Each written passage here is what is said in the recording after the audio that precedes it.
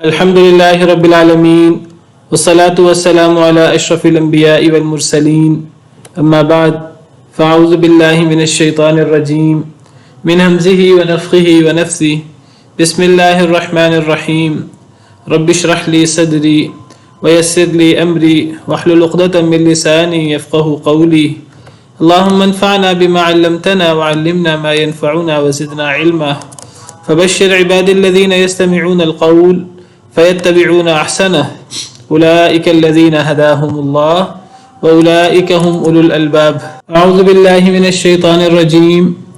بسم الله الرحمن الرحيم ولا أقول لكم عندي خزائن الله ولا أعلم الغيب ولا أقول إني ملك ولا أقول للذين تزدري أعينكم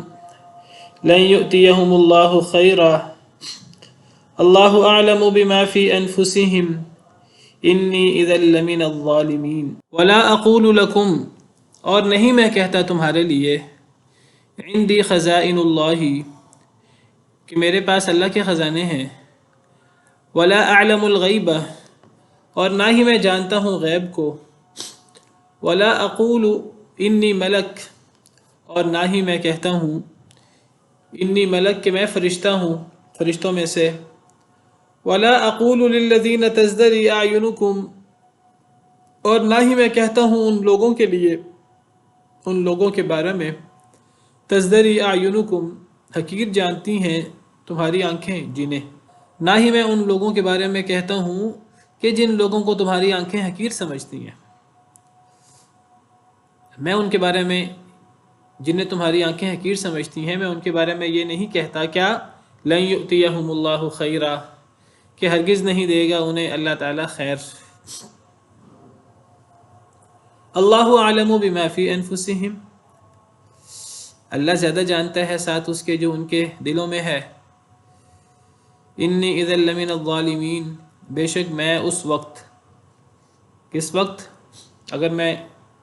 ان لوگوں کے بارے میں جنہیں تمہاری آنکھیں حقیر سمجھتی ہیں اگر میں ان کے بارے میں یہ کہوں اللہ انہیں کوئی خیر نہیں دیں گے اگر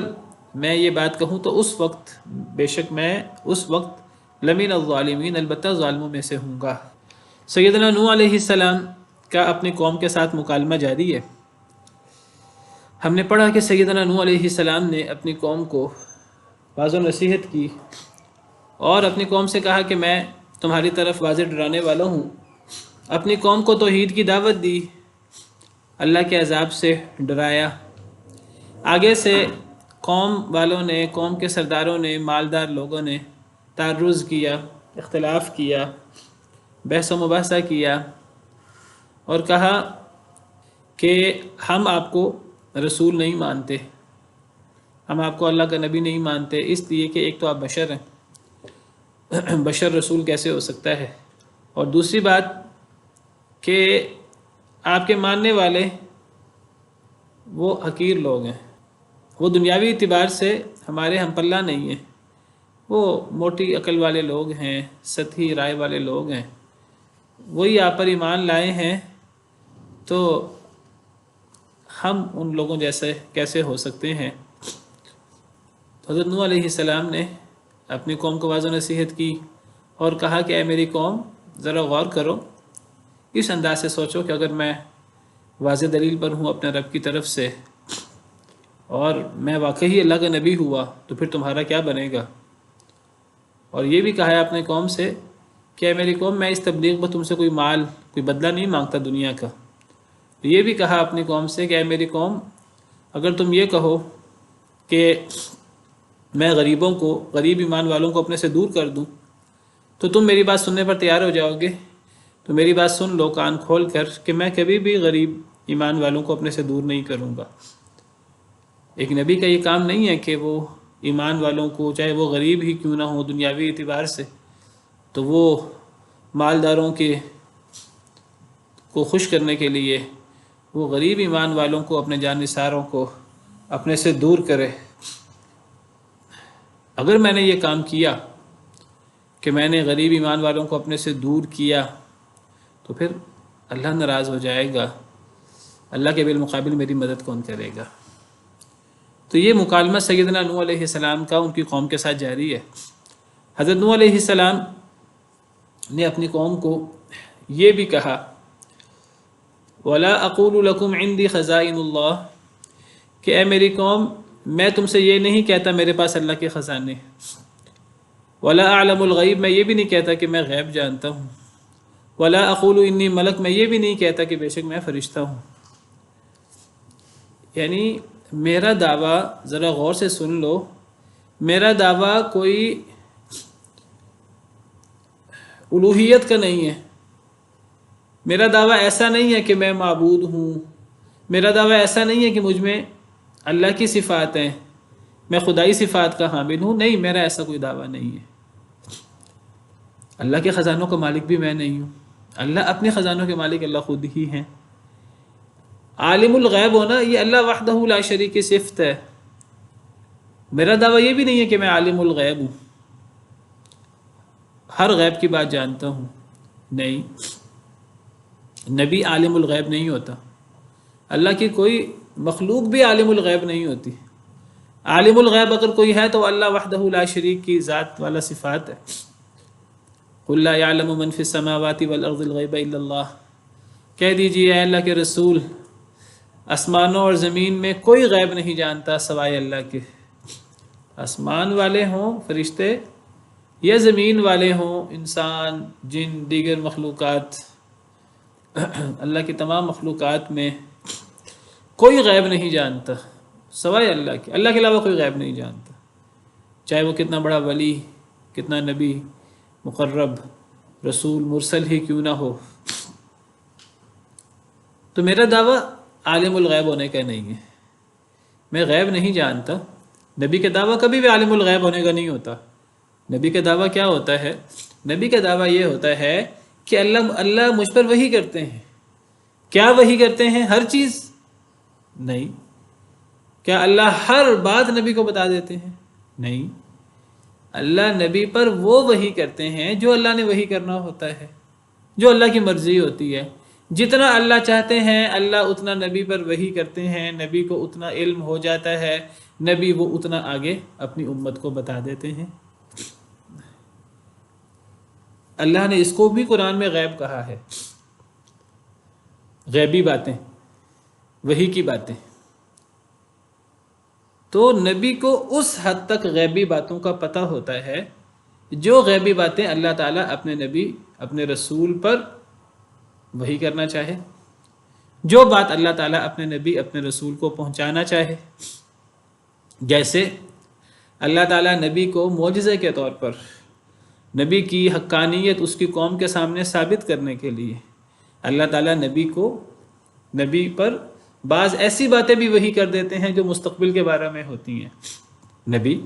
مستقبل کی پیش گوئی کر دیتا ہے اللہ کے حکم سے، اللہ کے بتانے سے۔ جیسے سیدنا عیسیٰ علیہ السلام نے پیش گوئی کی کہ میرے بعد ایک رسول آنے والا ہے جس کا نام احمد ہوگا، جس طرح دیگر انبیاء کرام علیہ السلام نے اپنی اپنی قوموں کو بتایا کہ ہمارے بعد ایک رسول آئے گا، اگر وہ رسول ہمارے زندگی میں آ گیا تو ہم اس پر ایمان لے آئیں گے، ہم اس کی تصدیق کریں گے۔ یہ وہ وعدہ ہے جو اللہ نے تمام نبیوں سے لیا تھا۔ ایسی باتیں اور کئی باتیں جو اللہ چاہتے ہیں وہ اللہ نبیوں کو ماضی کی باتیں بھی بتا دیتے ہیں، وہ نبیوں کی نبوت کی حقانیت کی دلیل ہوتی ہے۔ اللہ نبیوں کو مستقبل کی باتیں بھی بتا دیتے ہیں، بعض باتیں، مثال کے طور پر روز قیامت کیا ہوگا،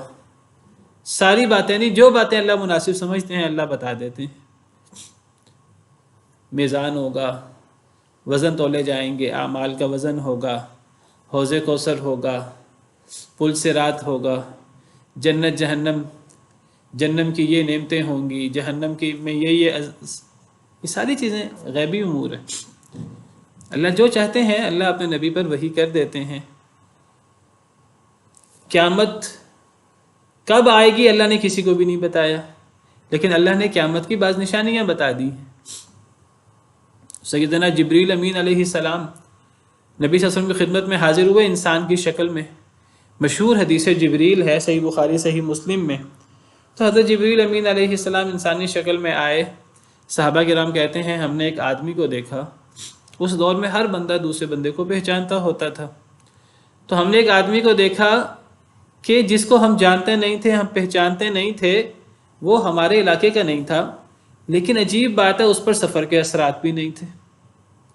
شدید سفید کپڑے، بالکل سفید کپڑے جن پر کسی قسم کا کوئی میل، کوئی سفر کے آثار نہیں ہے، سیاہ بال، اور بالکل جیسے کوئی بندہ تیار ہو کے اور نہا دھو کے آیا ہو، لیکن وہ تو صحابہ کرام نہیں جانتے تھے اس کو۔ پھر اس نے نبی صلی اللہ علیہ وسلم سے سوال کیے، اسلام کے بارے میں سوال کیا، نبی صلی اللہ علیہ وسلم نے جواب دیا، ایمان کے بارے میں سوال کیا، ایمان کے ارکان پوچھے، نبی صلی اللہ علیہ وسلم نے بتایا، احسان کے بارے میں سوال کیا، پھر قیامت کے بارے میں پوچھا تو نبی صلی اللہ علیہ وسلم نے فرمایا مل مسئول عنہا بعلم من السائل، جس سے سوال ہو رہا ہے، یعنی میں محمد صلی اللہ علیہ وسلم جس سے سوال ہو رہا ہے وہ سوال کرنے والے سے زیادہ نہیں جانتا، یعنی نہ میں محمد صلی اللہ علیہ وسلم مجھے پتہ ہے، نہ اس کا سوال کرنے والے یعنی جبریل امین علیہ السلام کو پتہ ہے۔ ہاں یہ فرمایا کہ قیامت کی بعض نشانیاں ہیں، حضرت جبریل نے کہا مجھے قیامت کی بعض نشانیاں بتائیے، تو نبی صلی اللہ علیہ وسلم نے قیامت کی بعض نشانیاں بتائیں کہ لونڈی اپنی مالکن کو جنم دے گی، چرواہے جو ننگے پیر ننگے جسم پھرا کرتے تھے، اللہ ان کو اتنا مال دے دیں گے قرب قیامت، بدو قسم کے لوگ، کہ وہ اونچی اونچی عمارتیں بنائیں گے، اور اونچی اونچی عمارتیں بنانے میں ایک دوسرے سے مقابلہ کریں گے کہ میری عمارت زیادہ اونچی ہے، میری عمارت زیادہ اونچی ہے۔ تو بعض ایسی باتیں جو اللہ چاہتے ہیں اللہ نبیوں کو بتا دیتے ہیں، ماضی کی بعض باتیں بھی بتا دیتے ہیں، مستقبل کی بعض باتیں بھی جو اللہ چاہتے ہیں بتا دیتے ہیں، اور یہ باتیں نبی کی نبوت کی دلیل ہوتی ہیں، لیکن ان باتوں سے کسی کو مغالطہ نہ ہو کہ نبی عالم الغیب ہو گئے، نہ اللہ نے اس کو علم الغیب کہا ہے، نہ نبی اس کو علم الغیب کہتے ہیں۔ قرآن کریم میں کئی جگہ پر جہاں اللہ تعالیٰ نے پچھلے انبیاء کا قصہ بیان کیا، تو اللہ تعالیٰ نبی صلی اللہ علیہ وسلم پر احسان جتلاتے ہوئے اللہ فرماتے ہیں تلک من انباء الغیب نوحیہا الیک، اس قصے کے بعد بھی آئے گا کہ اے نبی صلی اللہ علیہ وسلم یہ غیب کی خبریں ہیں جو ہم آپ پر وحی کر رہے ہیں، ما کنت تعلمها انت ولا قومک من قبل هذا، ان باتوں کو اس سے پہلے نہ آپ جانتے تھے نہ آپ کی قوم جانتی تھی۔ تو یہ غیب کی خبریں جو اللہ چاہتے ہیں اللہ وہ نبیوں پر وحی کر دیتے ہیں، اور جو اللہ نبیوں پر وحی کرتے ہیں نبی وہ باتیں آگے اپنی امت کو بتا دیتے ہیں۔ ان غیب کی بعض خبریں مستقبل کے بارے میں ہوں یا ماضی کے بارے میں ہوں، ان خبروں کی جب نبی پر وحی ہوتی ہے اس سے نبی عالم الغیب نہیں بن جاتا۔ اگر ہم فرض کریں کہ اگر اس سے نبی عالم الغیب بن جاتا ہے تو پھر ہمارا یہ ایمان کا حصہ ہے کہ انبیاء کرام علیہم السلام پر جو وحی ہوتی ہے وہ انبیاء کرام علیہم السلام کی ذمہ داری ہوتی ہے کہ آگے اپنی امت کو بتا دیں، تو انبیاء کرام علیہم السلام وہ باتیں اپنی امت کو بتا دیتے ہیں۔ جب وہ باتیں اپنی امت کو بتا دیتے ہیں پھر امت کو بھی عالم الغیب ہونا چاہیے، امت کے ایک ایک فرد کو ایسی باتوں کا پتہ ہے جو نبی صلی اللہ علیہ وسلم نے بتائی ہیں، مثلا قیامت کے قریب سونے کا پہاڑ نکلے گا، قیامت کے قریب حضرت عیسیٰ علیہ السلام اتریں گے، قیامت کے قریب دجال آئے گا، یہ بات کا بچے بچے کو پتہ ہے۔ قرب قیامت 3 جگہ لوگ یا قومیں دھنس جائیں گی۔ قرب قیامت دھوئیں کا ایک عذاب آئے گا، دخان۔ قرب قیامت ایک جانور نکلے گا زمین میں سے جو باتیں کرے گا لوگوں سے، قرآن کریم میں ذکر ہے۔ قرب قیامت سورج مغرب سے نکلے گا۔ ایسی باتیں اور قیامت سے متعلق باتیں، فرشتوں کے بارے میں باتیں، جنوں کے بارے میں باتیں جن کو ہم اپنے حواس سے نہیں سمجھ سکتے، یہ باتیں بچے بچے کو پتہ ہیں، اور نبی کے بتانے سے پتہ ہیں، قرآن کے بتانے سے، نبی کے بتانے سے پتہ ہیں۔ تو ان باتوں کے جاننے سے ہم عالم الغیب نہیں ہو جاتے، نبی بھی ان باتوں کے جاننے سے عالم الغیب نہیں ہو جاتے۔ اللہ تعالیٰ صراحت کے ساتھ نفی کرتے ہیں کہ اللہ کے علاوہ کوئی غیب نہیں جانتا۔ نبی کریم صلی اللہ علیہ وسلم کو اللہ حکم دیتے ہیں نبی صلی اللہ علیہ وسلم کو بھی اور اپنے دیگر انبیاء کرام علیہم السلام کو بھی،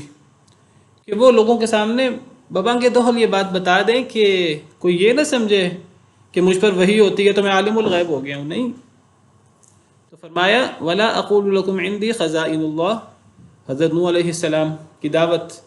کہ میں نہیں کہتا تمہارے لیے کہ میرے پاس اللہ کے خزانے ہیں، میں اللہ کا نبی ضرور ہوں، اللہ کا جلیل القدر پیغمبر ہوں، لیکن اللہ کے خزانوں کا مالک نہیں ہوں۔ اللہ کے خزانوں کا مالک اللہ وحدہ لا شریک ہے، میں نہیں کہتا میرے پاس اللہ کے خزانے۔ ولا اعلم الغیب، میں یہ بھی نہیں کہتا میں غیب جانتا ہوں، حالانکہ حضرت نوح علیہ السلام پر وحی ہوتی تھی۔ اللہ قرآن میں صراحت سے فرماتے ہیں انا اوحینا الیک کما اوحینا الی نوح والنبیین من بعد، سورہ نساء میں اللہ فرماتے ہیں اے نبی صلی اللہ علیہ وسلم، ہم نے آپ پر اس طرح وحی کی جس طرح ہم نے نوح علیہ السلام اور بعد والے انبیاء پر وحی کی علیہم السلام اجمعین۔ حضرت نوح علیہ السلام پر وحی ہوتی تھی، لیکن وحی ہونے کے باوجود حضرت نوح علیہ السلام فرماتے ہیں میں غیب نہیں جانتا۔ ولا اقول انی ملک، اور میں یہ بھی نہیں کہتا کہ میں فرشتہ ہوں۔ نوح علیہ السلام نے اپنی قوم کو کہا کہ میں انسان ہوں، میں فرشتہ نہیں ہوں۔ یہ باتیں کہ میرے پاس اللہ کے خزانے نہیں ہیں، یعنی میں نفع نقصان کا مالک میں نہیں ہوں، میں غیب نہیں جانتا، اللہ کی صفات میرے اندر نہیں ہیں، اللہ کی کوئی صفت بھی میرے اندر نہیں ہے، میں عالم الغیب بھی نہیں ہوں اور میں فرشتہ بھی نہیں ہوں، نورانی مخلوق بھی نہیں ہوں، میں بشر ہوں، میں انسان ہوں۔ یہ بات صرف سیدنا نوح علیہ السلام نے اپنی دعوت میں اپنی قوم کے سامنے نہیں پیش کی، ہر نبی نے یہ بات اپنی قوم کے سامنے اپنی دعوت میں پیش کی۔ نبی کریم صلی اللہ علیہ وسلم نے بھی اپنی قوم کے سامنے بار بار اس حقیقت کو واضح کیا، جیسے سورہ انعام میں ہم پڑھ آئے ہیں پیچھے، اللہ نے نبی کو حکم دیا کہ اے نبی صلی اللہ علیہ وسلم آپ اپنی قوم کے سامنے اعلان کریں، تاکہ قوم یعنی اللہ کی طرف سے اعلان بھی ہو جائے اور یہ نبی کی طرف سے بھی اپنی قوم کے لیے ایک اعلان ہو جائے، کوئی مغالطہ باقی نہ رہے۔ سورہ انعام آیت نمبر 50، قل لا اقول لکم عندی خزائن اللہ، اے اللہ کے رسول صلی اللہ علیہ وسلم آپ اعلان کر دیجئے اپنی قوم کے سامنے،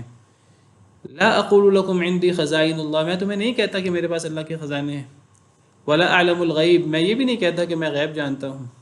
ولا اقول لکم انی ملک، میں یہ بھی نہیں کہتا کہ میں فرشتہ ہوں، میں فرشتہ یا نورانی مخلوق نہیں ہوں۔ یعنی کیا ہوں پھر میں انسان ہوں، جیسے دوسری جگہ فرمایا قل انما انا بشر مثلکم یوحی الی، سورہ کہف کے آخری آیت ہے، آیت نمبر 110، قل اے اللہ کے رسول اعلان کر دیجئے صلی اللہ علیہ وسلم، انما سوائے اس کے کہ نہیں، انا بشر مثلکم، میں بشر ہوں تمہارے جیسا، فرق کیا مجھ میں اور تم میں، یوحی الی، مجھ پر وحی ہوتی ہے۔ یہ وہ عقیدہ ہے جو اللہ تعالی ہمیں سکھانا چاہتے ہیں، یہ ہر مسلمان کا عقیدہ ہونا چاہیے۔ یہ وہ عقیدہ ہے جو نبی کریم صلی اللہ علیہ وسلم کی زبانی اللہ نے اس کا اعلان کروایا قرآن میں جگہ جگہ، اور نبی صلی اللہ علیہ وسلم نے اپنے احادیث مبارکہ میں اس عقیدے کو واضح کیا۔ یہ وہ عقیدہ ہے جو دیگر انبیاء کرام علیہم السلام نے اپنی دعوت میں اپنی قوم کے سامنے پیش کیا۔ لیکن اگر انہی بنیادی باتوں میں ہی اگر کوئی غیر اختلاف کرے، کافر، یہودی، عیسائی، تو سمجھ آتی ہے کہ وہ قرآن کو مانتا نہیں ہے، انکار کرتا ہے۔ ایک مسلمان کہلانے والا اپنے آپ کو قرآن و حدیث کو ماننے کا دعویٰ کرنے والا، اور قرآن کریم کی واضح آیات کے بعد بھی اگر وہ یہ عقیدہ رکھے کہ نبیوں کے پاس تو اللہ کے خزانے ہیں، جس کو چاہیں نواز دیں، جس کو چاہیں دے دیں۔ ہماری دکانوں پہ کیا لکھا ہوتا ہے، یہ سب تمہارا کرم ہے آقا، کہ بات اب تک بنی ہوئی ہے، یعنی یہ جو ساری کاروبار کی برکت ہے، تو اے آقا، آقا کے اوپر صاد بھی لکھا ہوتا ہے، کسی کو مغالطہ نہ ہو جائے کہ آقا سے مراد اللہ تعالیٰ ہیں،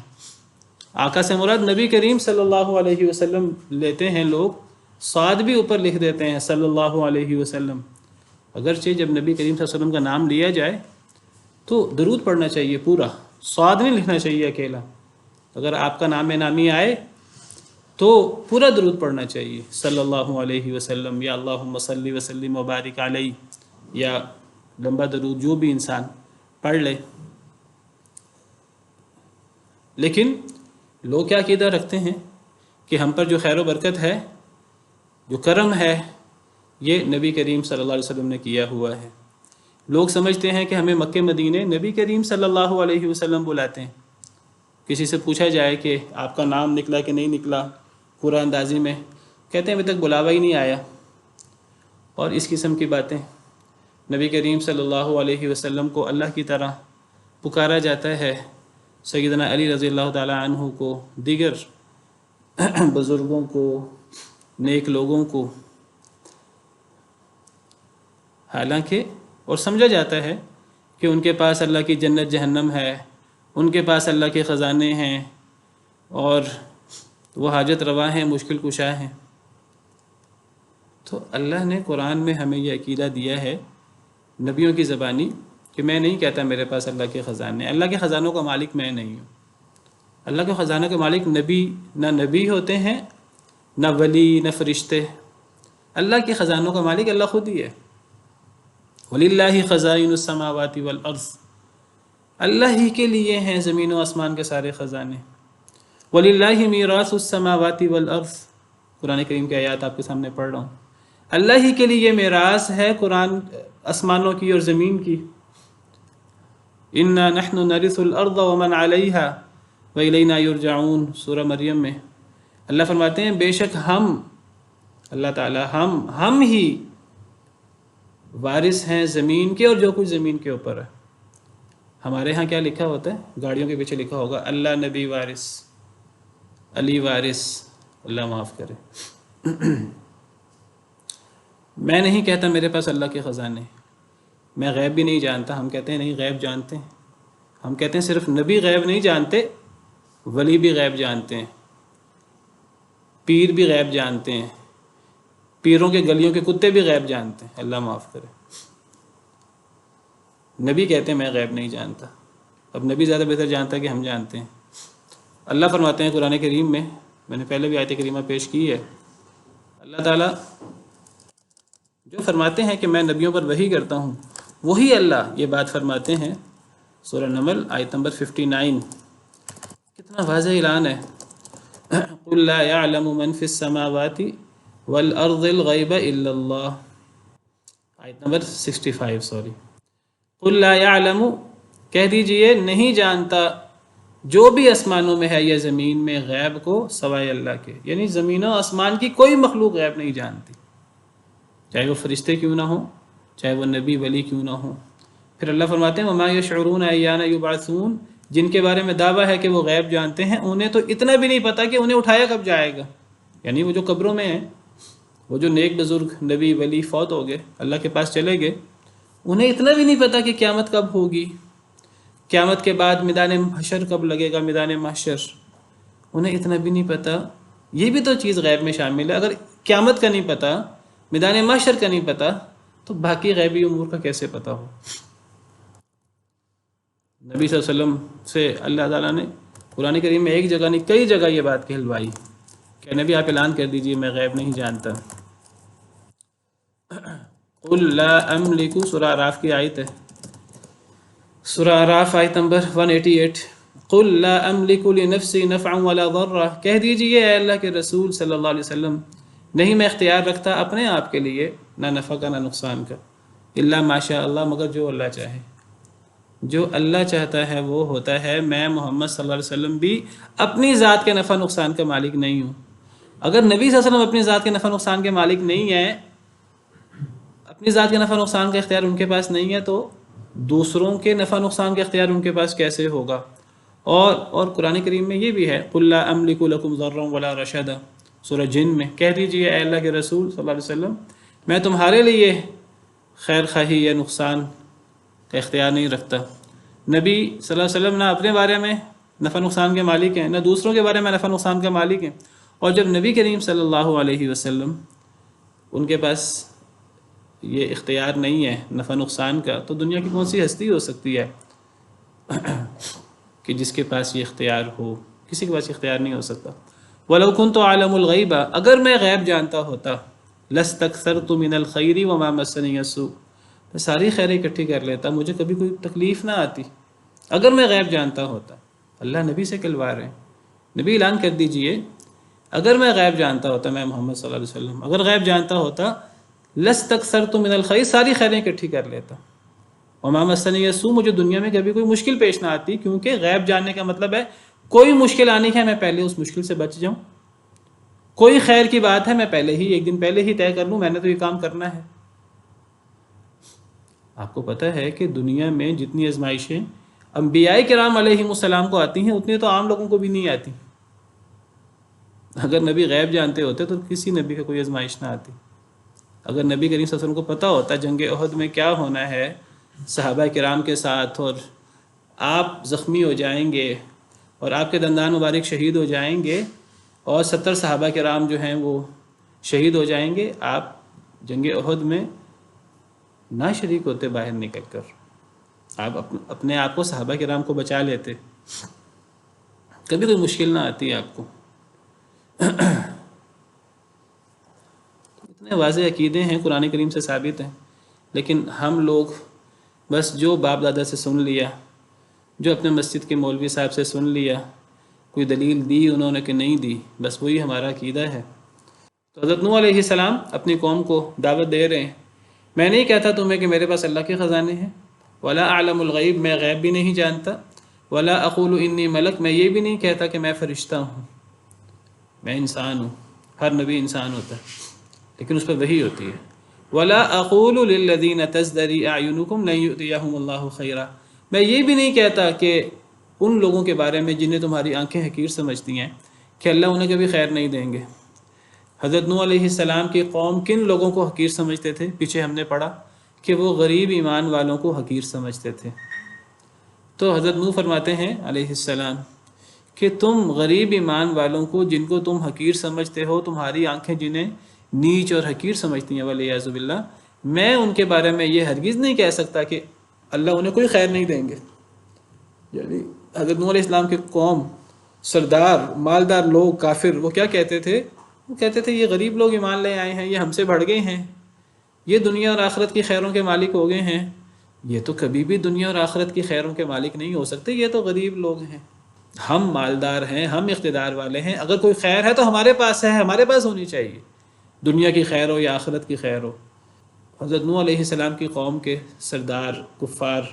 وہ ہوں یا دیگر انبیاء کرام علیہم السلام کی قوم کے سردار کفار، وہ بھی یہی سمجھتے تھے. قریش مکہ بھی یہی سمجھتے تھے. وہ سمجھتے تھے کہ یہ غریب لوگ جو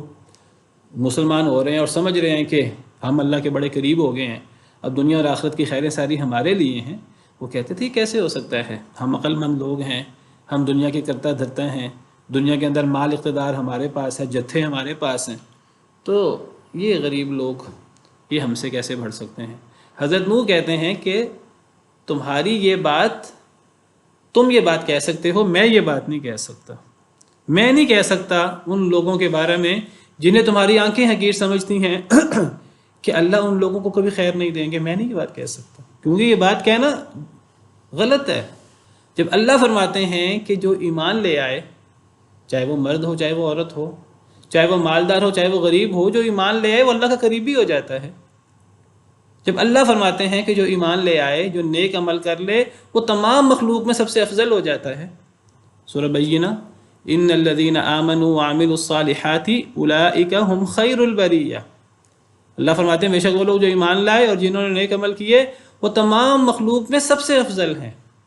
اور جب اللہ فرماتے ہیں سورہ بینہ میں ہی ان الذین کفروا من اہل الکتاب والمشرکین فی نار جہنم خالدین فیہا اولئک هم شر البریہ، وہ لوگ جو جنہوں نے کفر کیا، وہ مشرکین میں سے ہوں یا اہل کتاب میں سے ہوں، وہ مشرک ہوں عام مشرکین مکہ، مجوسی، دیگر مشرکین، دیگر کفار، یا وہ اہل کتاب کے کفار ہوں یہود و نصارہ. اللہ فرماتے ہیں کہ جو بھی کفر کرے، خواہ وہ اہل کتاب میں سے ہو یا مشرکین میں سے ہو، یہ جہنم کی آگ میں ہوں گے اور یہ بدترین مخلوق ہیں. جب اللہ فرماتے ہیں کہ ایمان لانے والا بہترین ہے، اس کے مال، اس کے اقتدار کی ہونے کی نہ ہونے کی کوئی حیثیت نہیں ہے، اس کا رنگ کالا ہے گورا ہے، وہ مرد ہے یا عورت ہے، کوئی حیثیت نہیں ہے اس کی. جب اللہ فرماتے ہیں کہ یا ایھا الناس انا خلقناکم من ذکر وانثی وجعلناکم شعوبا وقبائل لتعارفوا، اے لوگو ہم نے تمہیں ایک مرد عورت سے پیدا کیا ہے اور ہم نے تمہارے کنبے قبیلے بنائے ہیں، تمہاری ذات پات بنائی ہیں، اس لیے نہیں کہ کوئی ذات دوسری ذات سے افضل ہے، صرف تعارف کے لیے۔ ان اکرمکم عند اللہ اتقاکم، تم میں سے سب سے معزز اللہ کے نزدیک وہ ہے جو سب سے زیادہ اللہ سے ڈرنے والا ہے۔ اللہ پر ایمان رکھنے والا اور اللہ سے ڈرنے والا ہے، وہ اللہ کو سب سے پیارا ہے، چاہے وہ بلال حبشی کیوں نہیں ہے، چاہے وہ کوئی غریب کیوں نہیں ہے۔ وہ بلال حبشی، سیدنا بلال بن رباح حبشی رضی اللہ عنہ وارضاہ، نبی صلی اللہ علیہ وسلم کی تربیت دیکھیں، صحابہ کرام کی، نبی صلی اللہ علیہ وسلم نے تربیت فرمائی۔ حضرت عمر رضی اللہ عنہ، وہ عمر رضی اللہ عنہ جن کے بارے میں نبی صلی اللہ علیہ وسلم نے فرمایا کہ جس رستے سے وہ گزر جائیں اس رستے سے شیطان بھی دور بھاگ جاتا ہے، اور آپ نے فرمایا اگر میرے بعد کوئی ملہم ہوتا کوئی تو وہ عمر ہوتے جس پر الہام ہوتا ہے۔ سیدنا عمر رضی اللہ عنہ وہ فرمایا کرتے تھے سیدنا ابوبکر صدیق کے بارے میں کہ ابو بکر سیدنا اعتق سیدنا، ابو بکر صدیق رضی اللہ عنہ ہمارے سردار ہیں، ہمارے آقا ہیں، ہم سے افضل ہیں، ہمارے بڑے ہیں۔ اعتق سیدنا، انہوں نے ہمارے سردار کو آزاد کرایا۔ کیا مراد تھی؟ سیدنا بلال۔ ابو بکر صدیق رضی اللہ تعالیٰ عنہ ہمارے سردار ہیں اور ہمارے سردار کو وہ آزاد کرنے والے بھی ہیں۔ سیدنا بلال کو حضرت ابو بکر صدیق نے آزاد کروایا تھا رقم دے کر۔ بہت سارے غریب لوگ تھے، غلام تھے شروع دور کے، سیدنا ابو بکر صدیق نے انہیں آزاد کروایا تھا۔ تو یہ تربیت نبی صلی اللہ علیہ وسلم کی اور اسلام کی یہ دعوت ہے۔ ہم مسلمان اس پر عمل کریں نہ کریں یہ ہماری کوتاہی ہے، ورنہ اسلام میں کوئی ذات پات، کوئی غریبی اور مالدار ہونا یہ کوئی فضیلت والی بات نہیں۔ اصل فضیلت تو ایمان کی ہے۔ حضرت نوح فرماتے ہیں کہ جن لوگوں کو تمہاری آنکھیں حقیر سمجھتی ہیں میں ان کے بارے میں کیسے کہہ سکتا ہوں کہ اللہ انہیں کبھی خیر نہیں دیں گے۔ اللہ اعلم بما فی انفسہم، اللہ زیادہ جانتا ہے ساتھ اس کے جو ان کے دلوں میں ہے۔ ان کے دلوں میں جو ایمان اور تقوی ہے وہ اللہ سے بڑھ کر کون جانتا ہے؟ جب اللہ ان کے دلوں کو کے ایمان اور تقوی کو جانتا ہے تو اللہ کو پتہ ہے ان کا اللہ کے ہاں کیا مقام ہے۔ میں انہیں تمہاری طرح حقیر نہیں سمجھتا۔ انی اذا لمن الظالمین، بے شک میں اس وقت البتہ ظالموں میں سے ہو جاؤں گا، یعنی میں نوح علیہ السلام جو اللہ کے جلیل القدر پیغمبر اور رسولوں میں سے ہیں، پہلے رسول ہیں، فرماتے ہیں کہ اگر میں نے غریب ایمان والوں کے بارے میں یہ کہا تمہاری طرح کہ یہ کوئی ان کی حیثیت نہیں ہے اللہ کے ہاں اور اللہ انہیں خیر نہیں دیں گے، اگر میں نے یہ بات کہی تو میں ظالم ہو جاؤں گا، اللہ کے ہاں گناہ گار ہو جاؤں گا، کیونکہ میں وہ بات کروں گا جو اللہ تعالیٰ کی اتاری ہوئی تعلیمات کے خلاف ہے۔ یہ وہ تصور ہے، یہ وہ عقیدہ ہے جو ہر نبی نے اپنی قوم کو دیا۔ ہر نبی کا دین دین اسلام ہے، اور یہ دین اسلام کا طرح امتیاز ہے کہ سب برابر ہیں، کسی کو دوسرے پر کوئی فوقیت نہیں ہے رنگ نسل کی وجہ سے۔ آج اس دعوت کی اور آج اس پر عمل کرنے کی بہت زیادہ ضرورت ہے۔ آج مسلمانوں کے اندر بڑی مادیت پرستی آ گئی ہے، مال کو، اقتدار کو سب پوچھتے ہیں، اللہ معاف کرے۔ قالوا یا نوح قد جادلتنا فاکثرت جدالنا فأتنا بما تعدنا ان كنت من الصادقین، انہوں نے کہا، قوم والوں نے کیا کہا آگے سے؟ حضرت نوح علیہ السلام نے اپنی دعوت پیش کی، اللہ تعالیٰ نے حضرت نوح علیہ السلام کی دعوت کئی صورتیں، کئی باتیں یہاں ذکر کی ہیں۔ حضرت نوح علیہ السلام اپنی قوم کو سمجھا رہے ہیں ایک ایک بات، آگے سے بدبخت قوم کیا جواب دیتی ہے۔ اور دیکھیے نبیوں کو ان کی قوموں نے کس طرح تکلیفیں دیں، اور کس طرح نبیوں کو انہوں نے زبان سے بھی اذیت دی اور پھر جسمانی طور پر بھی اذیت دی، ان پر حملے بھی کیے، قتل و غارت کی کوشش بھی کی، اللہ معاف کرے۔ تو قالو، انہوں نے کہا، سرداروں نے، کافر لوگوں نے، یا نوح، اے نوح، قد جادلتنا، تحقیق تو نے لڑائی کی ہے ہمارے ساتھ، تو نے جدال کیا ہے ہمارے ساتھ، تو نے جھگڑا کیا ہے ہمارے ساتھ، فاکثرت جدالنا، بس تو نے بہت زیادہ کیا ہمارے ساتھ جھگڑا۔ کیا مطلب؟ اللہ معاف کرے، کہنے لگے اے نوح تم جھگڑتے بہت ہو، بڑی بحث کرتے ہو ہم سے، بڑا جھگڑا کرتے ہو، تم ہم سے جھگڑا کرتے ہو اور چھوڑتے نہیں ہو، کثرت سے جھگڑا کرتے ہو ہمارے ساتھ، اللہ معاف کرے۔ کیا گزرتی ہوگی سیدنا نوح علیہ السلام کے دل پر یہ بات سن کر، وہ کیوں دعوت دیتے تھے اپنی قوم کو؟ اپنی قوم کے فائدے کے لیے، جس کا فائدہ ان کی قوم کو تھا، حضرت نوح کا ذاتی فائدہ نہیں تھا، نہ کوئی مالی فائدہ۔ پیچھے ہم نے پڑھا وَيَا قَوْمِ لَا أَسْأَلُكُمْ عَلَيْهِ مَالًا، اے میری قوم، میں تم سے کوئی مال کا تقاضا نہیں کرتا، کوئی دنیاوی مقصد نہیں ہے میرا اجر تو اللہ پر ہے۔ حضرت نوح علیہ السلام تو اللہ کے حکم پر عمل کرتے ہوئے اپنی قوم کو دعوت دیتے تھے کہ ان کی دنیا بھی بہتر ہو جائے، ان کی آخرت بھی بہتر ہو جائے، آخرت میں اللہ کے عذاب سے بچ جائیں۔ آگے سے قوم بدبخت کہتی ہے کہ اے نوح، تم جھگڑا بہت کرتے ہو ہمارے ساتھ، فَأْتِنَا بِمَا تَعِدُونَا،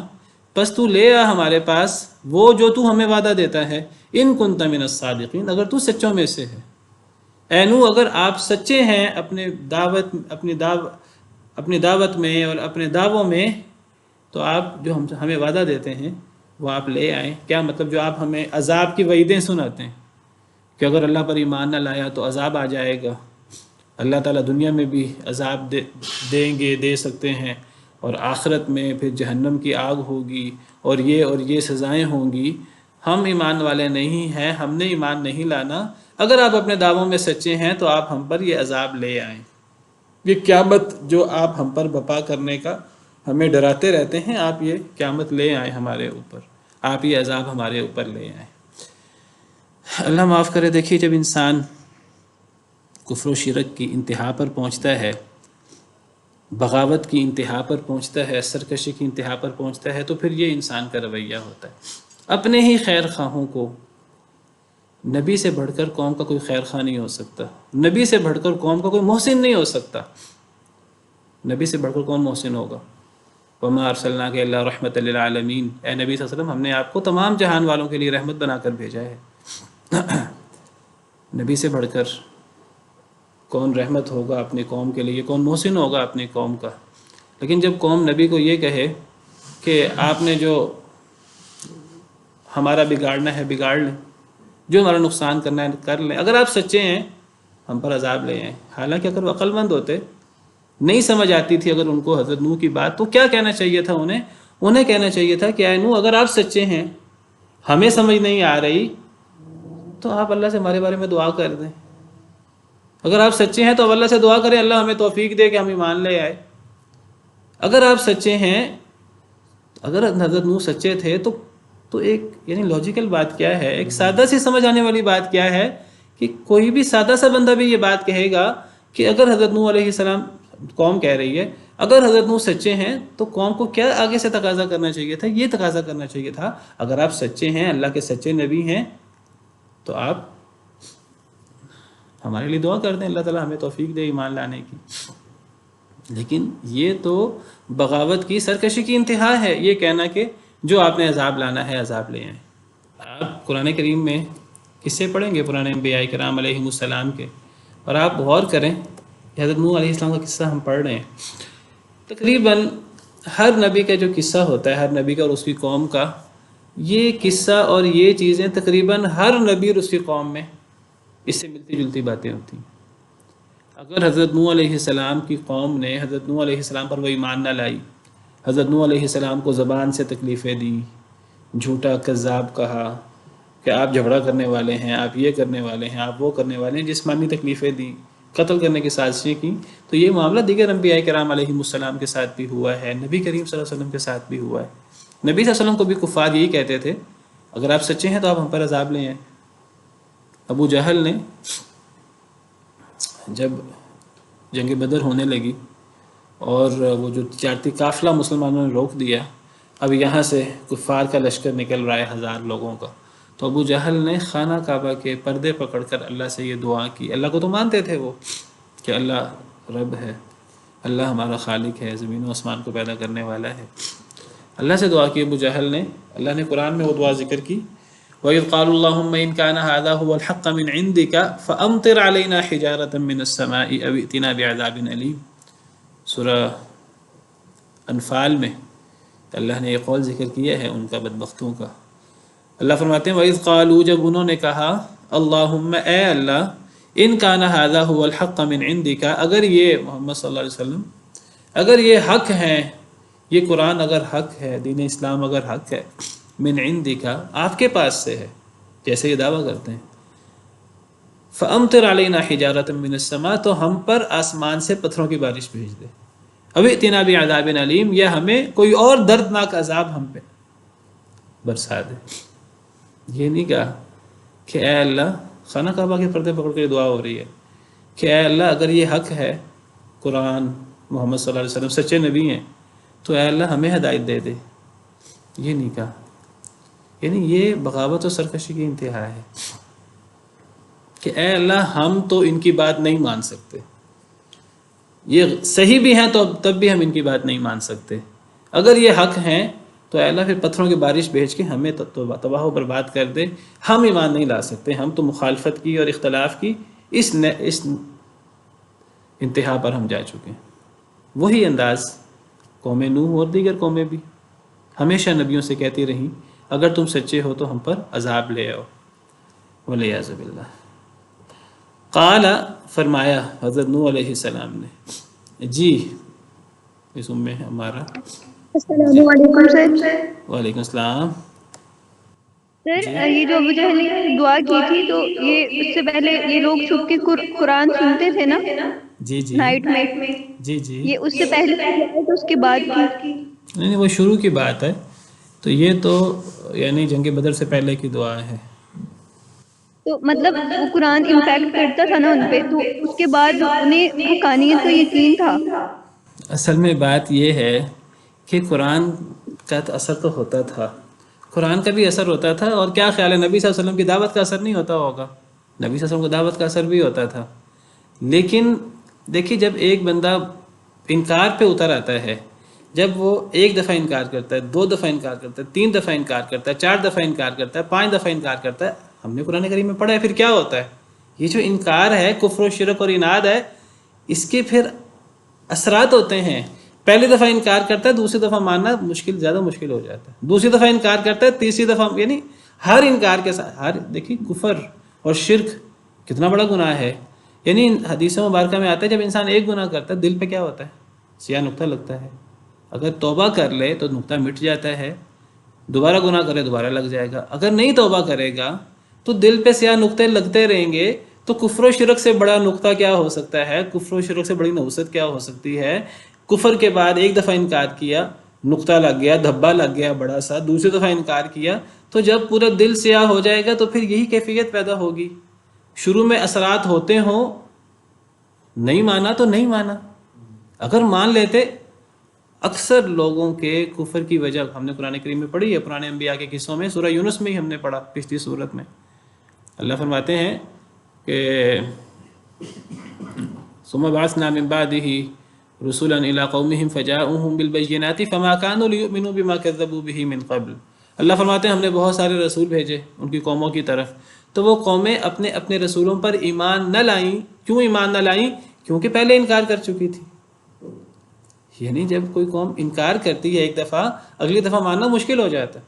دوسری جگہ اللہ فرماتے ہیں وَنُقَلِّبُ أَفْئِدَتَهُمْ وَأَبْصَارَهُمْ كَمَا لَمْ يُؤْمِنُوا بِهِ أَوَّلَ مَرَّةٍ، جو پہلی دفعہ ایمان نہ لائے، تو دل تو اللہ کے ہاتھ میں ہے نا، اللہ فرماتے ہیں پھر دلوں کو اور آنکھوں کو ہم پھیر دیتے ہیں۔ پھر ایک وقت آتا ہے ختم اللہ علی قلوبہم وعلی سمعہم وعلی ابصارہم غشاوہ، اللہ ان کے دلوں پر اور ان کے کانوں پر مہر لگا دیتے ہیں اور ان کی آنکھوں پر پردہ پڑ جاتا ہے، اور یہ ہرگز اللہ کی طرف سے ظلم نہیں ہوتا۔ یہ بات بھی یاد رکھیے، بعض لوگ کہتے ہیں جی جب اللہ نے مہر لگا دی ان کا کیا قصور ہے؟ بھئی ان کا قصور یہ ہے کہ وہ مہر لگوانے کا باعث خود ہیں۔ جی سر اس سارے میں مجھے ایک پوائنٹ یہ بھی سمجھ لگی ہے کہ انسان حق کو اس لیے بھی قبول نہیں کرتا کہ وہ باطل کو ایک عرصے سے اس پہ چل رہا ہوتا ہے، تو وہ کہتا ہے کہ میں اتنے عرصے سے کیا غلط پہ چل رہا ہوں۔ یہ بھی شیطان کا ایک وسوسہ ہے۔ یہ بات اللہ تعالیٰ نے سورہ صافات میں فرمائی ہے۔ اللہ فرماتے ہیں سورہ صافات میں جہنمی لوگوں کا ذکر کرتے ہوئے اللہ فرماتے ہیں کہ جہنمی لوگوں کے جہنم میں جانے کی وجہ کیا بنی،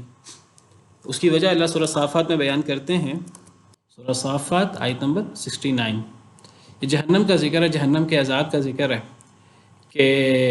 جہنم میں کافروں کو زقوم کا درخت کھانا پڑے گا جو جہنم کی جڑ سے نکلتا ہے، جس کے خوشے شیطان کے سر کی طرح ہیں، اور وہ اس زقوم کے درخت کو کھائیں گے بھی، پیٹ بھی بھریں گے اس سے، وہ پیٹ میں جا کے کھولے گا گرم پانی کی طرح۔ ثم ان لهم علیہا لشوبا من حمیم، پھر یہ زقوم کے درخت کے علاوہ ان کو ابلتا ہوا پانی پینا پڑے گا۔ ثم ان مرجعهم لیل الجحیم، پھر جہنم کے دیگر عذاب، آگ اور دیگر عذاب۔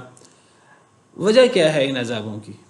اللہ تبصرہ کرتے ہیں، انہم الفوا آباءہم ضالین، جہنم اور جہنم کی سزاؤں کی وجہ، انہوں نے اپنے آباء و اجداد کو گمراہ پایا۔ فہم علی آثارہم یہرعون، یہ اپنے آباء و اجداد کے نقش قدم پر دوڑتے رہے۔ کبھی انہوں نے آباء و اجداد کے دین سے، اپنے محلے اور اپنے گلی محلے کے دین سے اور اپنے مسجد کے مولوی صاحب کے علاوہ کبھی انہوں نے غور کرنے کی زحمت ہی گوارا نہیں کی۔ جو ماں باپ کا دین تھا بس اسی کو سینے سے لگائے رکھا۔ اللہ نے جو عقل و فہم دیا تھا، اللہ نے جو عقل دی تھی، عقل اللہ نے دی ہے صرف دنیا کمانے کے لیے نہیں، دنیاوی مفادات کے لیے نہیں، اللہ کو پہچاننے کے لیے، اللہ کے دین کو سمجھنے کے لیے کبھی اپنی عقل استعمال نہیں کی۔ اگر ماں باپ کے دین پر چلنا ہے، جو کچھ ہم جس ماحول میں پلے بڑھے ہیں وہی اگر حق ہے، تو بتائیے پھر یہودی کیوں غلط ہیں جو یہودی گھر میں پیدا ہوتے ہیں؟ پھر عیسائی بچے کیوں غلط ہیں جو عیسائی گھر میں پیدا ہوتے ہیں؟ پھر ہم مرزائیوں کو غلط کہتے ہیں، شیعہ حضرات کو ہم غلط سمجھتے ہیں، وہ کیوں غلط ہیں؟ غور و فکر نہ کرنے کی وجہ سے۔ غور و فکر نہ کرنے کی وجہ سے، یعنی جو آپ نے کہا ابھی کہ وہ یعنی اپنے غلط روش پر، وہ کفر و شرک کی روش ہے، بدعات کی روش ہے، ایک بندہ وہ سالہ سال سے اس پر قائم دائم ہے۔ کبھی آپ کسی بزرگ کو کہہ دیں آج کہ جی بزرگوں یہ دین میں ایسے نہیں ہے، ایسے ہے، وہ آگے سے آپ کو کہے گا کہ آپ کل کے بچے ہیں، میں تو 60 سال سے یہ کام کر رہا ہوں۔ بھئی 60 سال سے آپ کا یہ کام کرنا، یہ یعنی 60 سال سے آپ کا کرنا جو ہے دلیل بن گیا۔ اگر 60 سال سے آپ گناہ کر رہے ہیں تو آپ کو 60 سال کے بعد چھوڑ دینا چاہیے۔ اللہ نے عقل دی ہے، اللہ نے وہی بھیجی ہے، ہمارے لیے بھیجی ہے، ہم کھول کے دیکھتے ہی نہیں، پڑھتے ہی نہیں۔ ہم نے سمجھا ہے کہ بس وہ ایک طبقہ ہے مولوی حضرات کا، بس ان کی ذمہ داری ہے کہ وہ پڑھیں اور وہ بس مسجدوں میں نمازوں میں پڑھتے رہیں۔ تو اللہ فرماتے ہیں کہ قال، حضرت نوح علیہ السلام نے فرمایا، انما یاتیکم بہ اللہ، جب قوم نے کہا کہ اے نوح اگر تم تو بڑا جھگڑا کرتے ہو ہم سے، تم نے جو ہمارا نقصان کرنا ہے کر لو، اگر تم سچے ہو تو جو عذاب لانا ہے لے آؤ۔ تو حضرت نوح علیہ السلام نے جواب دیا، قال، فرمایا، انما یاتیکم بہ اللہ، سوائے اسے کہ نہیں لائے گا تمہارے پاس وہ سے مراد وہ عذاب جس کا میں تمہیں وعدہ دیتا ہوں، اپنی طرف سے نہیں دیتا، اللہ کی طرف سے دیتا ہوں، کہ اگر تم نے اللہ کی بات نہ مانی، ایمان نہ لائے، تو دنیا میں بھی عذاب آئے گا، آخرت میں بھی عذاب آئے گا۔ حضرت نوح نے فرمایا کہ سوائے اس کے کہ نہیں لائے گا تمہارے پاس اس عذاب کو اللہ انشاء، اگر اس نے چاہا۔ وما انتم بمعجزین، اور نہیں ہو تم عاجز کرنے والے، یعنی جب اللہ کا عذاب آ گیا تو تم پھر اللہ کے عذاب سے بچ نہیں سکو گے، اللہ کا مقابلہ نہیں کر سکو گے، اللہ کو عاجز نہیں کر سکتے۔ لیکن یہ عذاب میں نے نہیں لانا، یہ عذاب اللہ نے بھیجنا ہے۔ میں جو تمہیں کہتا ہوں کہ اللہ کا عذاب آئے گا، میں اللہ کا پیغام سناتا ہوں۔ میں یہ نہیں کہتا کہ اگر تم نے کفر کیا، شرک کیا، اللہ کی نافرمانی کی تو میں تم پر عذاب لاؤں گا۔ نبی کا دعویٰ نہیں ہوتا کبھی بھی، نبی کا ہمیشہ یہ دعویٰ ہوتا ہے، اللہ کے حکم سے نبی اپنی قوم کو ڈراتا ہے،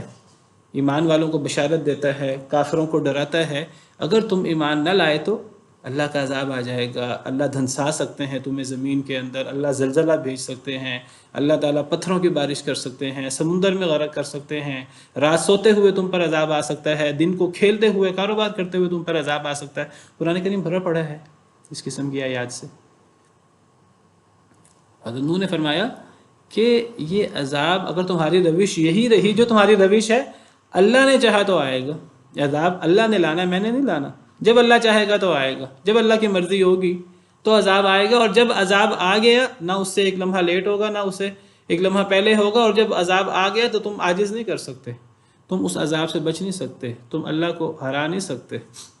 پھر فرمایا وَلَا يَنْفَعُكُمْ نُصْحِي إِنْ أَرَدْتُ أَنْ أَنْصَحَ لَكُمْ إِنْ كَانَ اللَّهُ يُرِيدُ أَنْ يُغْوِيَكُمْ، فرمایا میری قوم نہیں نفع دے گی تمہیں نصحی، میری نصیحت، میری خیر خواہی، ان اردت ان انصح لکم، اگر میں ارادہ بھی کروں کہ میں تمہاری خیر خواہی کروں، اگر میں ارادہ بھی کروں کہ میں تمہیں نصیحت کروں، میری نصیحت تمہیں فائدہ نہیں دے گی۔ ان کان اللہ یرید ان یغویکم، اگر ہے اللہ وہ چاہتا ہے کہ تمہیں گمراہ کر دے۔ اے میری قوم، میں کیا کروں تمہارا؟ اگر اللہ نے ہی تمہیں گمراہ کر دیا ہے، یغویکم یہ یضلکم کے معنی میں ہے، گمراہ کرنے کے معنی میں، اگر اللہ ہی تمہیں گمراہ کرنا چاہتے ہیں تو پھر میری نصیحت تمہیں کبھی بھی فائدہ نہیں دے سکتی۔ وہی بات جو ابھی ہم کر رہے تھے کہ جب ایک بندہ دل پہ مہر لگ جاتی ہے اس کی، جب وہ سوچنے سمجھنے پر تیار نہیں ہوتا اور پھر وہ اس نہج پہ پہنچ جاتا ہے، اس لیول پہ کہ جی عذاب لے آؤ، میں نے اپنی اصلاح نہیں کرنی، آپ نے جو عذاب لانا ہے آپ لے آئیں، تو حضرت نوح نے فرمایا کہ اے میری قوم، میں تو تمہاری خیر خواہی کرنا چاہتا تھا، لیکن اے میری قوم، میری خیر خواہی تمہیں کبھی فائدہ نہیں دے گی۔ میں تمہاری جتنی بھی خیر خواہی کرنا چاہوں، جتنی میں محنت کر رہا ہوں، 50 سال کم 1000 سال، 950 سال دعوت دی، 950 سال کہنے کی بات ہے، اپنی قوم کو دعوت دی۔ جتنی میں کوشش کر رہا ہوں، اگر میں اس سے زیادہ بھی کوشش کروں، میری کوشش، میری نصیحت تمہیں فائدہ نہیں دے سکتی اگر اللہ ہی تمہیں گمراہ کرنا چاہتا ہے۔ اور اللہ کے گمراہ کرنے سے کیا مراد ہے؟ ہم لوگ بعض دفعہ اس کو غلط سمجھتے ہیں کہ جی کچھ لوگ ایمان لانا چاہتے ہیں، اللہ ان کا سینہ ہی نہیں کھولتے۔ نہیں، ایسا نہیں ہے۔ یعنی جیسے ابھی ذکر ہوا، اللہ تب گمراہ کرتے ہیں، اللہ تب دل پہ مہر لگاتے ہیں جب ایک انسان خود گناہ کر کر کے، کفر و شرک کر کر کے، اللہ کو ناراض کر کر کے، جب اپنے دل پر جب اس کے دل پہ زنگ لگ جاتا ہے نا، کلا بل ران علی قلوبہم ما کانوا یکسبون، سورہ مطففین میں اللہ فرماتے ہیں بلکہ ان کے دلوں پر زنگ لگ گیا ہے ان کے اعمال کی وجہ سے۔ جب وہ زنگ لگ جاتا ہے، جب وہ مہر لگ جاتی ہے، اور وہ ان کے اعمال کی وجہ سے لگتی ہے۔ اللہ ذرہ برابر بھی کسی پہ ظلم نہیں کرتے۔ تو یہ جو اگر اللہ تمہیں گمراہ کرنا چاہتے ہیں کہ تم اللہ کی نافرمانی کیے جا رہے ہو، اور اللہ نے تمہیں اب گمراہ کر دیا ہے، مہر لگا دی ہے، اب میری نصیحت تمہیں کیا فائدہ دے گی؟ کوئی فائدہ نہیں دے گی۔ تو فرمایا کہ میری نصیحت تمہیں فائدہ نہیں دے گی اگرچہ میں ارادہ بھی کروں کہ تمہیں نصیحت کروں، یعنی اگر میں تمہیں مزید محنت کر کے زیادہ نصیحت کرنے کا ارادہ بھی کروں، اگر میں مزید محنت بھی کروں، میری نصیحت تمہیں فائدہ نہیں دے گی اگر اللہ وہ چاہتے ہیں کہ تمہیں گمراہ کر دیں۔ اللہ کی گمراہی اور کیا مراد ہے میں واضح کر چکا ہوں، اور یہ وہی بحث ہے اللہ کے ارادہ کی، جس کو اللہ کا ارادہ کونیہ اور اللہ کا ارادہ شرعیہ کہتے ہیں۔ تو یہ اللہ کا ارادہ کونیہ ہے کہ اللہ کا ارادہ شرعیہ ہے، اللہ کا لوگوں کو گمراہ کرنا، یہ اللہ کا ارادہ کونیہ ہے۔ لمبی اس پر بات ہو چکی ہے۔ ہوا ربکم، وہ تمہارا رب ہے، وَإِلَيْهِ تُرْجَعُونَ، اسی کی طرف ہی تم نے لوٹ کر جانا ہے۔ اللہ تمہارا رب ہے، تمہارے اعمال کو دیکھ رہا ہے، اور اسی کی طرف تمہاری دنیا کی زندگی، یہ زندگی نہیں ہے، اصل تو آخرت کی زندگی ہے۔ تم نے اللہ کے پاس جانا ہے، اب اللہ ہی تم سے نمٹیں گے۔ ام یقولون افترا، کیا وہ کہتے ہیں اس نے گھڑ لیے ہے اس کو؟ قل ان افتریتہ، کہہ دیجئے ان افتریتہ، اگر میں نے گھڑ لیے ہے اس کو، فعلی اجرامی، تو میرے اوپر ہے میرا جرم، وانا بریء مما تجرمون، اور میں بری ہوں، بیزار ہوں اس سے جو تم جرم کرتے ہو۔ کیا وہ کہتے ہیں اس نے گھڑ لیے ہے اس کو؟ یہ سیدنا نوح علیہ السلام کا قصہ لمبا ہم پڑھ رہے ہیں، 1 رکوع 1.5 رکوع سے، اور آپ دیکھیے کہ یہ آیت نمبر 35 ہے، اگلی آیت 36 37 یہ بھی حضرت نوح علیہ السلام کے بارے میں ہی ہے، اور آگے تقریباً 1.5 رکوع مزید سیدنا نوح علیہ السلام کا قصہ ہے۔ یہ درمیان میں آیت نمبر 35، کیا وہ کہتے ہیں اس نے گھڑ لیے ہے اس کو، بعض مفسرین کہتے ہیں یہ حضرت نوح علیہ السلام کی قوم کا اور حضرت نوح کا آپس کا مکالمہ، بعض کہتے ہیں نہیں، کہ درمیان میں ایک آیت کریمہ یہ نبی کریم صلی اللہ علیہ وسلم اور قریش کے بارے میں۔ اصل میں جب نبی کریم صلی اللہ علیہ وسلم قرآن پیش کرتے قریش کے سامنے، قرآن سناتے جس میں پرانے قصے ہوتے، تو کفار انکار کر دیتے، کہتے کہ یہ اللہ کی کتاب کیسے ہو سکتی ہے، یہ تو پرانے لوگوں کی کہانیاں ہیں، آپ ہمیں پرانے لوگوں کی کہانیاں سناتے ہیں، ہمیں کہانیاں نہ سنایا کریں، ہم اس سے اچھی کہانیاں ہم بھی کہہ سکتے ہیں۔ روم اور فارس میں جا کر کئی لوگ وہاں سے جاتے تھے تجارت کے لیے، واپس آ کر الٹی سیدھی کہانیاں سناتے، یا وہ کہتے کہ یہ محمد، ہم کہتے ہیں صلی اللہ علیہ وسلم، انہوں نے جو ہے وہ تورات و انجیل سے یہ کچھ چیزیں پڑھ لی ہیں، کسی سے پڑھوا لی ہیں، وہ ہمارے سامنے عربی زبان میں پیش کر دیتے ہیں، تو یہ اللہ کی طرف سے نہیں ہے، یہ اس نے اپنے پاس سے گھڑ لی ہے۔ تو اکثر مفسرین کی رائے یہ ہے کہ یہ درمیان میں ایک آیت کریمہ یہ نبی صلی اللہ علیہ وسلم اور قریش کے بارے میں، کیونکہ عام طور پر پچھلے قصوں کے بارے میں قریش زیادہ انکار کرتے تھے اور کہتے تھے یہ پچھلے لوگوں کی کہانیاں ہیں، یہ قصے کہانیاں ہیں۔ وَإِذَا قِيلَ لَهُمْ مَاذَا أَنزَلَ رَبُّكُمْ سورہ نحل میں اللہ فرماتے ہیں جب ان سے کہا جاتا ہے کفار سے تمہارے رب نے کیا نازل کیا، یعنی قرآن کے بارے میں تمہارا کیا نظریہ ہے، تمہارے رب نے کیا نازل کیا، قالوا اساطیر الاولین، وہ کہتے ہیں پچھلے لوگوں کی کہانیاں، یہ تو اساطیر الاولین ہیں، کہانیاں ہیں۔ تو کیا وہ کہتے ہیں اس نے گھڑ لیا ہے اس کو، یعنی وہ کہتے ہیں سے مراد مشرکین مکہ، اور اس نے گھڑ لیا اس کو یعنی محمد صلی اللہ علیہ وسلم نے گھڑ لیا اس کو یعنی قرآن کو۔ قل اے اللہ کے نبی صلی اللہ علیہ وسلم آپ فرما دیجیے، آپ جواب دیں انہیں، ان افتریتہ اگر میں نے اسے گھڑا ہے، فعلی اجرامی تو میرا جرم میرے ساتھ ہے، وانا بریء مما تجرمون میں بیزار ہوں اسے جو تم جرم کرتے ہو۔ اللہ تعالیٰ نے قرآن کریم میں کئی جگہ ان کے یہ اعتراض کے قرآن گھڑا ہوا ہے اپنی طرف سے، اللہ نے اس کا کئی جگہ جواب دیا ہے۔ اللہ نے اکثر تو یہ جواب دیا ہے کہ اگر یہ گھڑا ہوا ہے تو اس جیسا قرآن بنا کے تم لے آؤ، اس جیسی 10 صورتیں تم بنا کے لے آؤ، اس جیسی ایک صورت تم بنا کے لے آؤ۔ اگر یہ قرآن گھڑا جا سکتا ہے اللہ کے علاوہ، اگر محمد نعوذ باللہ اگر وہ گھڑ سکتے ہیں تو تم بھی گھڑ سکتے ہو۔ انہوں نے پورا قرآن گھڑ لیا تمہارے مطابق، تو تم ایک صورت بنا کے لے آؤ۔ اللہ نے یہ جواب دیا۔ یہاں ایک اور انداز سے اللہ جواب دے رہے ہیں، اے اللہ کے وسلم انہیں کہہ دیجئے کہ اگر میں نے گھڑا ہے تو یہ تو میرا جرم ہے، میرے جرم سے تمہارے لیے کفر و شرک کرنا کیسے جائز ہو گیا؟ اگر یہ میرا جرم ہے، چلو مان لیا میرا جرم ہے،